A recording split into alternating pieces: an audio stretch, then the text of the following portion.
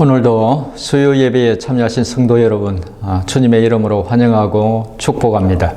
이제 다 같이 찬송가 292장 주 없이 살 수 없네 찬양 드리면서 수요 예배 시작하겠습니다.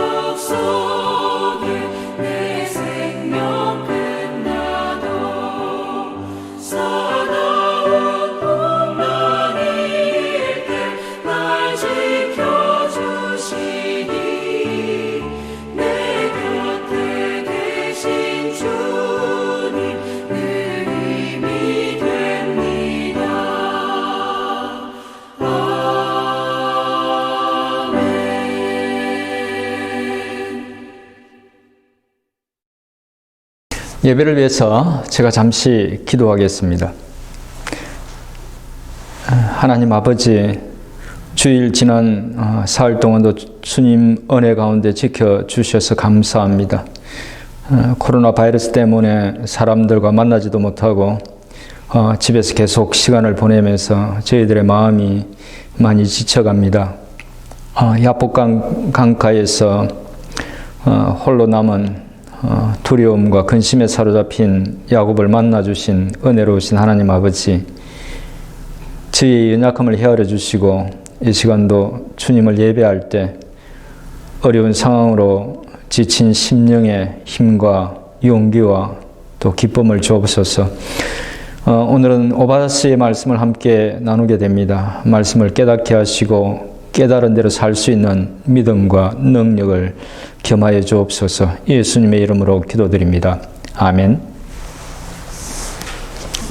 오늘 함께 나눌 말씀은 오바댜서 1장 10절에서 21절입니다. 제가 읽어드리겠습니다. 오바댜 1장 10절에서 21절에 기록된 하나님의 말씀입니다.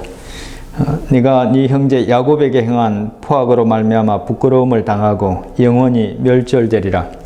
네가 멀리 섰던 날 곧 이방인이 그의 재물을 빼앗아가며 외국인이 그의 성문에 들어가서 예루살렘을 얻기 위하여 제비 뽑던 날에 너도 그들 중 한 사람 같았느니라.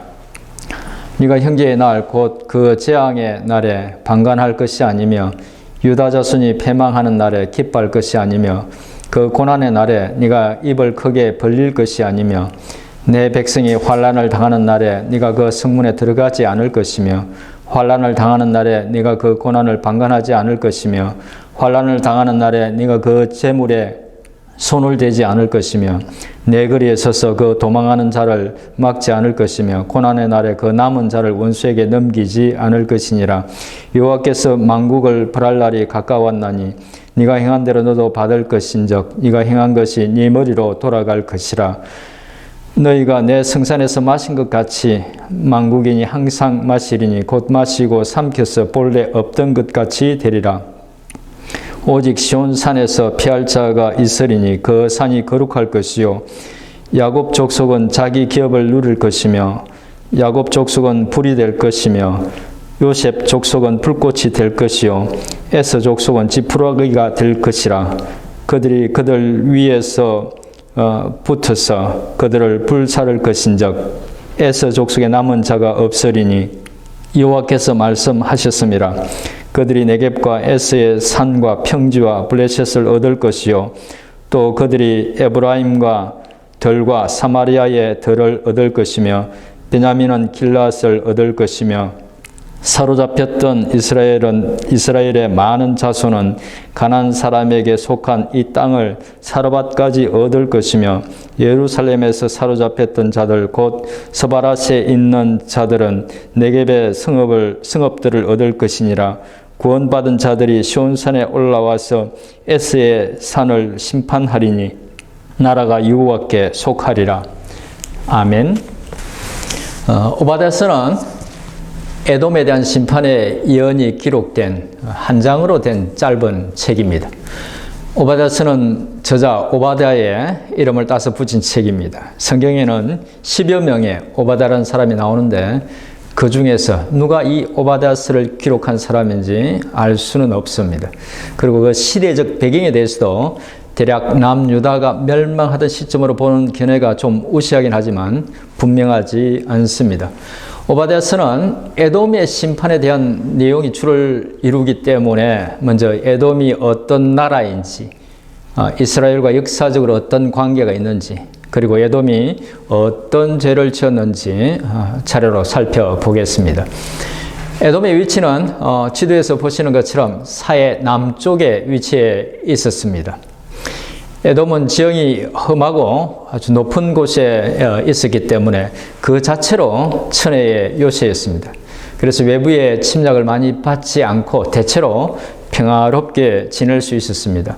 오바댜 1장 3절에서 오바댜 선지자가 에돔에 대해서 바위 틈에 거하며 높은 곳에 사는 자여 네가 중심에 이르기를 누가 너희 나를 땅에 끌어내리겠느냐 하니 너희의 중심의 교만이 너를 속였도다라고 말했던 것은 에돔이 이런 지형적 특징 때문에 외부의 침략을 별로 받지 않아서 한껏 교만해진 것을 지적하는 것이었습니다. 에돔이라는 이름이 어디서 유래되었는지는 잘 아시겠지만 짧게 설명을 드리겠습니다. 이삭과 리브가에게는 두 쌍둥이 아들 에스와 야곱이 있었죠. 어느 날 큰아들 에스가 들에서 사냥을 하고 몹시 허기져서 돌아옵니다. 그때 동생 야곱이 붉은 팥죽을 끓이고 있었는데 그런 그 붉은 팥죽 한 그릇에 자신의 장자권을 팔아버립니다. 이 일로 불단하는 뜻을 가지고 있는 에돔이 에스의 별명이 되었다고 성경은 기록하고 있습니다.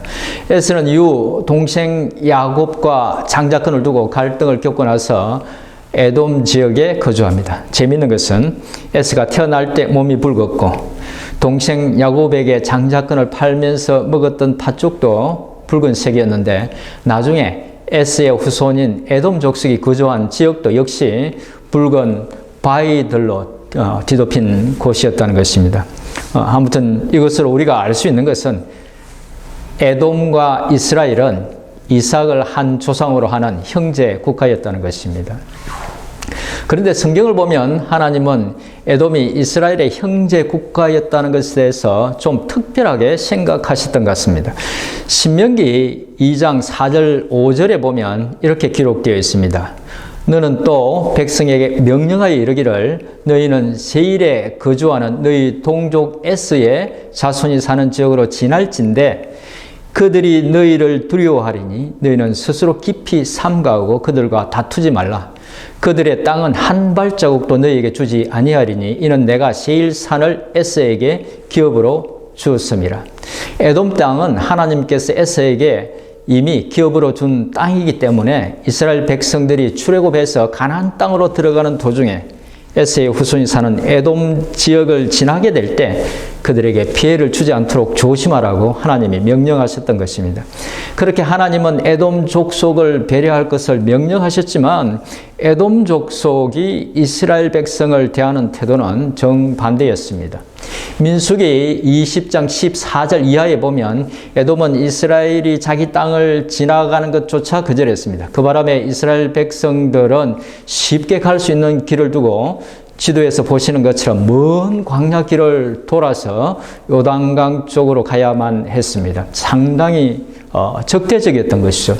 이후 에돔은 다윗과 솔로몬에게 정복당하면서 일시적으로 이스라엘에게 조공을 바치는 속국처럼 됩니다. 그리고 줄곧 두 나라의 관계는 별로 좋지 않은 관계로 지내게 되고 에돔은 이스라엘이 약해질 때마다 괴롭힙니다.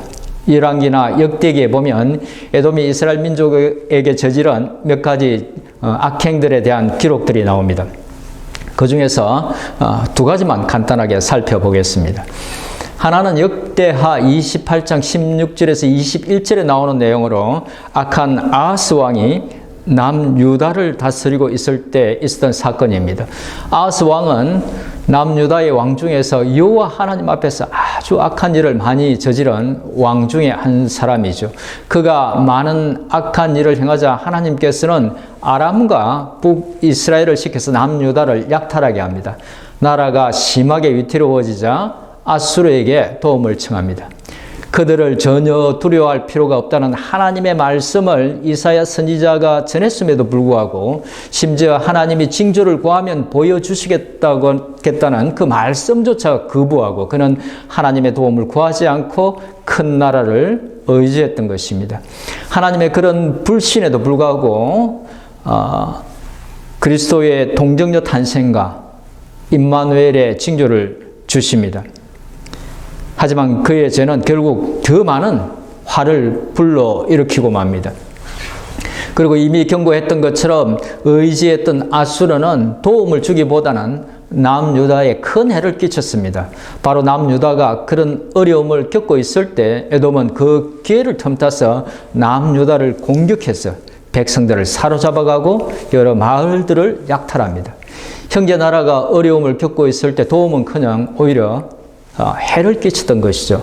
오늘 본문 속에 나오는 죄를 저질렀던 것입니다. 그래서 일부 학자들은 바로 이 시기가 오바댜서가 기록되었을 것으로 추정하기도 합니다.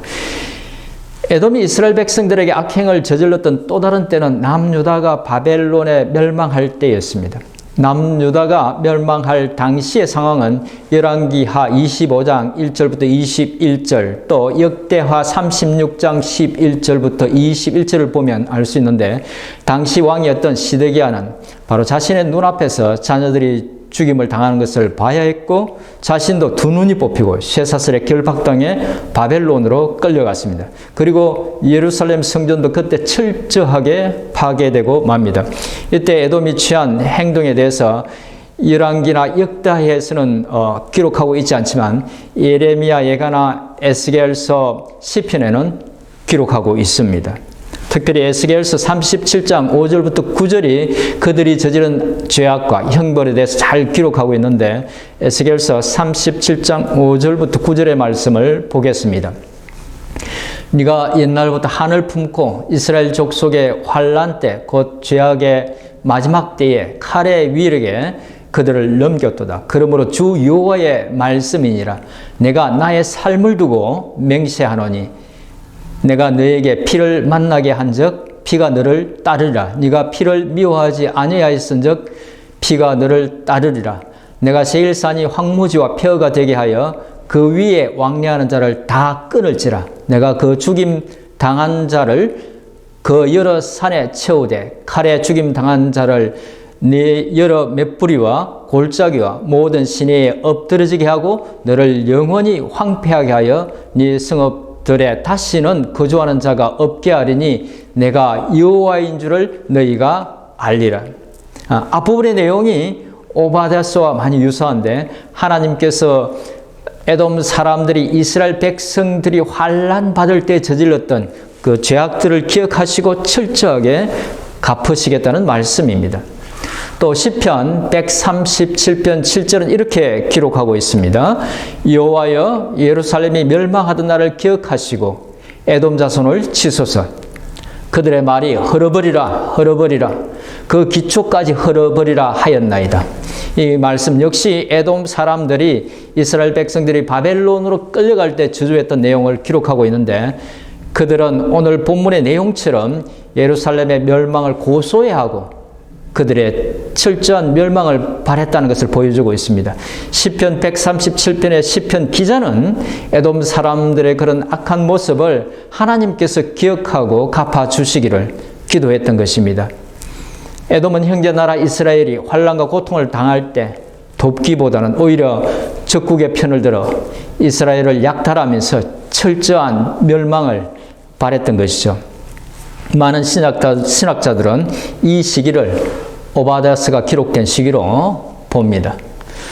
에돔과 이스라엘의 관계를 엿볼 수 있는 두 사건에 대해서만 제가 잠시 말씀을 드렸는데 이전에도 에돔이 그런 배신을 했던 적이 몇 번 있었습니다.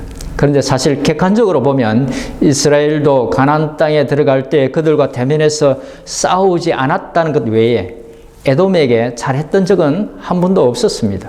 다윗의 시대를 비롯해서 이스라엘은 여러 번 에돔을 공격했고 에돔은 꽤 긴 세월 동안 속국처럼 지냈습니다.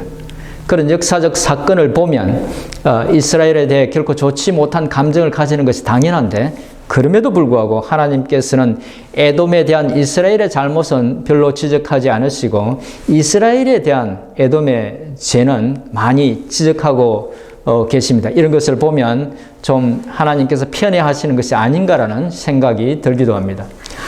그러면 오바댜서에 기록된 에돔의 멸망에 대한 예언은 역사 속에서 어떻게 이루어졌을까요? 예루살렘 멸망 후에 에돔은 외부의 침입으로 점점 세력을 잃다가 기원전 3세기경에 유목 민족인 나바타인들의 침략을 받고 거주 지역을 서쪽 헤브론 주변으로 옮깁니다. 이곳을 이후에 이둠의 지역이라고 부르는데 BC 2세기경에 마카비아 왕가의 요한 힐카누스가 이 지역을 정복하고 강제로 할례를 받게 하고는 그들을 유대 민족으로 이렇게 편입시킵니다. 그리고 여기서 헤롯 왕이 나옵니다. 헤롯 왕이 에돔의 후손이었던 것이죠. 아무튼 에돔은 예언의 말씀처럼 그렇게 역사 속에서 완전히 사라지고 맙니다. 이제 앞에서 말씀드린 내용에 비추어서 본문 내용을 잠시 생각해 보도록 하겠습니다. 오늘 함께 읽었던 말씀의 10절부터 15절까지는 에돔이 이스라엘에 대해 저지른 죄에 대한 내용이고 15절과 16절은 그에 따른 심판에 대한 내용, 그리고 나머지 17절 이후는 이스라엘이 다시 회복될 것이라는 내용을 담고 있습니다. 먼저 10절부터 15절에 나오는 에돔이 저지른 죄의 내용을 간단하게 말씀드리면 이런 내용입니다. 형제가 당하는 불행을 보고 방관하지 마라. 유다가 패망하는 날에 기뻐하지 마라. 그들이 당하는 환난을 보고 고소해하지 마라. 그들의 재산에 손을 대지 마라. 도망하는 사람들을 잡아서 원수에게 넘기지 마라. 이 말은 에돔 사람들이 형제 나라 이스라엘에게 그렇게 했다는 것입니다. 사실 에돔의 죄는 그뿐이 아니었습니다. 오늘 본문 앞 오바댜 1장 2절 이하에 보면 더 본질적인 죄가 있는데 그것은 그들이 한없이 교만했다는 것입니다. 하나님은 에돔의 그러한 죄를 묵하지 않고 15절, 16절에서 심판을 예언하십니다. 심판은 다른 나라들을 벌할 때 그들도 함께 벌할 것인데 그 벌은 그들을 완전히 멸망시키실 것이라는 것이었습니다. 17절 이하의 내용은 에돔 사람들이 비웃던 이스라엘 백성들 중에서 시온산에 피한 자들은 장차 다시 회복되어서 그들을 괴롭혔던 에돔을 비롯한 다른 나라들을 누르게 될 것이라는 내용입니다. 이상에서 오바댜서가 다루고 있는 에돔의 기원과 이스라엘과의 관계에 대해서 그리고 오늘 본문의 내용에 대해서 간단하게 살펴봤습니다. 오바댜서가 주는 주된 교훈은 에돔이 저지른 두 가지 죄, 자신을 대단하게 여기는 교만과 형제 나라의 어려움을 외면하고 오히려 그것을 기회로 약탈을 일삼았던 죄에 대해서 하나님께서 묵과하지 않으시고 심판을 선포하시다는 것인데 이런 부분은 다른 예언서들과 중복되는 부분이기 때문에 지양하고 오늘은 21절의 말씀을 좀 더 깊이 살펴보면서 주시는 교훈을 생각해 보도록 하겠습니다. 먼저 21절을 같이 읽어보겠습니다. 구원받은 자들이 시온산에 올라서 에서의 산을 심판하리니 나라가 여호와께 속하리라. 이 예언의 말씀은 미래에 언젠가 시온산에 오른 구원받은 자들이 에서의 산을 심판할 것이고 그들이 이룬 나라는 여호와의 나라가 될 것이라는 의미입니다. 이 예언의 말씀도 다른 예언의 말씀처럼 중의적인 의미를 지니고 있습니다. 그러니까 가까운 미래에 일어날 일을 가리키기도 하지만 미래의 어느 시점 혹은 종말에 있을 일을 가리키기도 한다는 것입니다. 그러면 종국에 누가 구원을 받아 시온산에 오를 수 있을까요? 오바댜서는 그들은 하나님께서 은혜를 베푸셔서 다시 가나안 땅으로 돌아오게 한 자들이라고 말하고 있는데 신약 성경에서는 그들이 누굴까요? 히브리서에서 그 단서를 찾을 수 있습니다. 히브리서 12장 22절부터 24절의 말씀을 같이 읽어보겠습니다. 그러나 너희가 이런 것은 시온산과 살아계신 하나님의 도성인 하늘의 예루살렘과 천만 천사와 하늘에 기록된 장자들의 모임과 교회와 만민의 심판자이신 하나님과 및 온전하게 된 의인의 영들과 새 언약의 중보자이신 예수와 및 아벨의 피보다 더 나은 것을 말하는 뿌린 피니라. 이 말씀은 히브리서 저자가 유대 민족으로서 예수 그리스도를 믿다가 여러 가지 시련이 닥치자 다시 유대교로 돌아가려는 사람들에게 그들이 이룬 곳이 어디인지를 설명하면서 한 말입니다. 이 말씀의 요지는 예수 그리스도를 믿는 그 히브리 기독교인들이 이런 곳이 도달한 곳이 바로 오늘 말씀에서 말하는 구원받은 백성들이 올라가는 시온산이라는 것입니다. 하나님의 도성 예루살렘이요 하늘나라에 등록된 장자들의 모임이요 이 모든 일을 심판하실 하나님이요 온전케 된 의인들의 영이요 새 언약의 중보자이신 예수요 아론의 피보다 나은 그리스도의 뿌린 피라는 것입니다. 쉽게 말씀드리면 예수 그리스도를 믿는 히브리 그리스도인들이 이런 곳이 구원받은 자들이 올라가는 시온산이라는 것입니다. 다른 말로 하면 그들이 이런 것이 바로 하나님께서 예수 그리스도를 통해서 마련하신 완벽한 구원의 자리라는 것입니다. 그래서 배반하고 다시 유대교로 돌아가서는 안 된다는 것입니다. 히브리서 저자는 만약 그들이 그렇게 한다면 그것은 히브리서 12장 16절의 말씀처럼 한 그릇 음식을 위하여 장자의 명분을 팔아버렸던 에서와 같이 망령되이 행하는 것이 되는 것이라고 말합니다. 절대 배반하고 원래의 자리로 돌아가지 말라고 그렇게 권면했던 것입니다. 히브리서의 이 말씀은 단지 히브리 그리스도인들에게만 해당되는 말씀이 아니죠. 예수를 믿는 모든 사람들에게 해당되는 말씀입니다. 저와 여러분들에게 해당되는 말씀입니다. 예수를 믿는 모든 사람들은 이미 구원받은 백성들이 오르는 시온산에 이르렀다는 것입니다. 이미 여호와 하나님께 속한 나라의 백성이 되었다는 것이죠.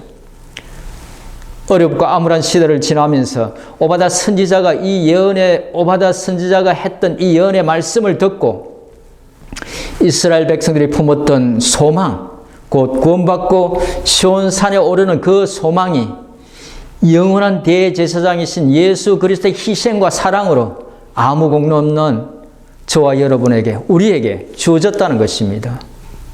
오바댜의 예언이 긴 역사 속에서 이렇게 신비하게 이루어져 가는 것을 보면서 우리는 다시금 하나님의 신실하심과 은혜로우심을 생각하게 되고 또 많은 약속들에 대한 기대와 소망을 다시금 확신하게 됩니다.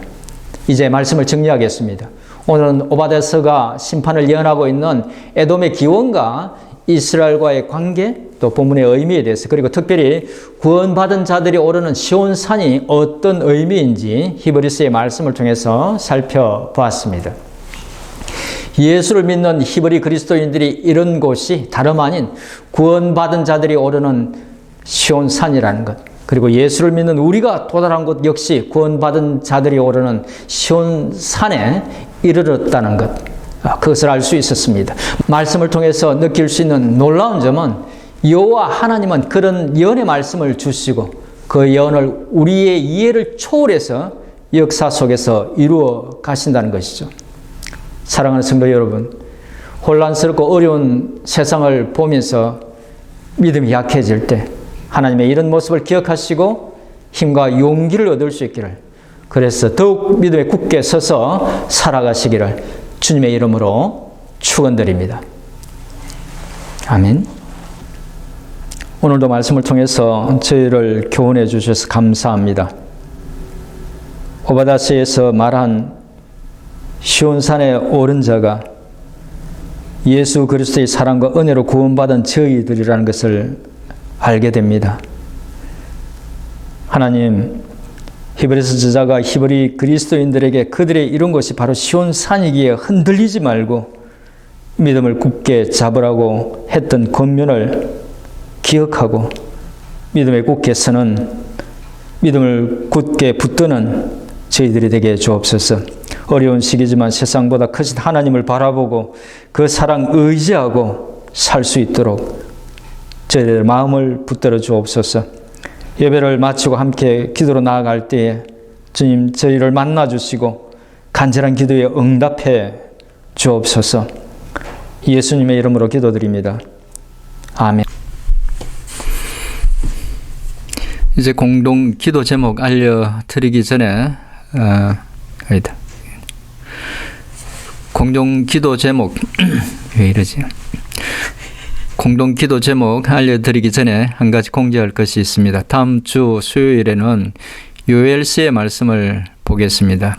시간 되시는 대로 요엘서를 미리 몇 번 읽어주시면 감사하겠습니다. 이제 공동 기도 제목 알려드리겠습니다. 내일 신추월 권사님의 장례식이 있습니다. 은혜스럽게 잘 치러질 수 있도록 기도해 주시기 바랍니다. 한국과 미국의 정치적 안정을 위해서 또 코로나 사태가 빨리 끝나서 모든 생활이 정상적으로 될 수 있도록 특별히 의료 종사자로 일하고 계시는 교우님들의 안전과 건강을 위해서 기도해 주시기 바랍니다.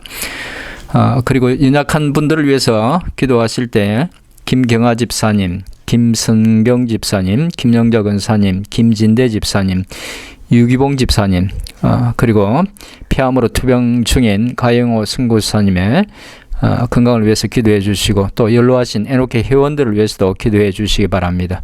산모들을 위해서 기도하실 때에 김은지 집사님, 박우진 사모님, 제갈금아 집사님, 그분들의 건강과 순산을 위해서 기도해 주시기 바랍니다. 파송 선교사님들을 위해서 기도하실 때에 임바울, 장영심 선교사님, 정연호, 오경자 선교사님, 이주혜 선교사님의 건강과 사역을 위해서 기도해 주시기 바랍니다. 그리고 특별 기도 부탁이 있습니다. 최근 피부암 판정을 받고 투병하고 있는 필리핀 페트로스 선교사님의 건강과 회복을 위해서 기도해 주시기 바랍니다. 그리고 장영호라는 선교사님이 이스라엘에 들어갈 수 있도록 기도해 주시기 바랍니다. 마지막으로 온라인, 오프라인으로 드리는 주일 예배와 수요 예배를 위해서 기도해 주시기 바랍니다. 이제 함께 기도하겠습니다.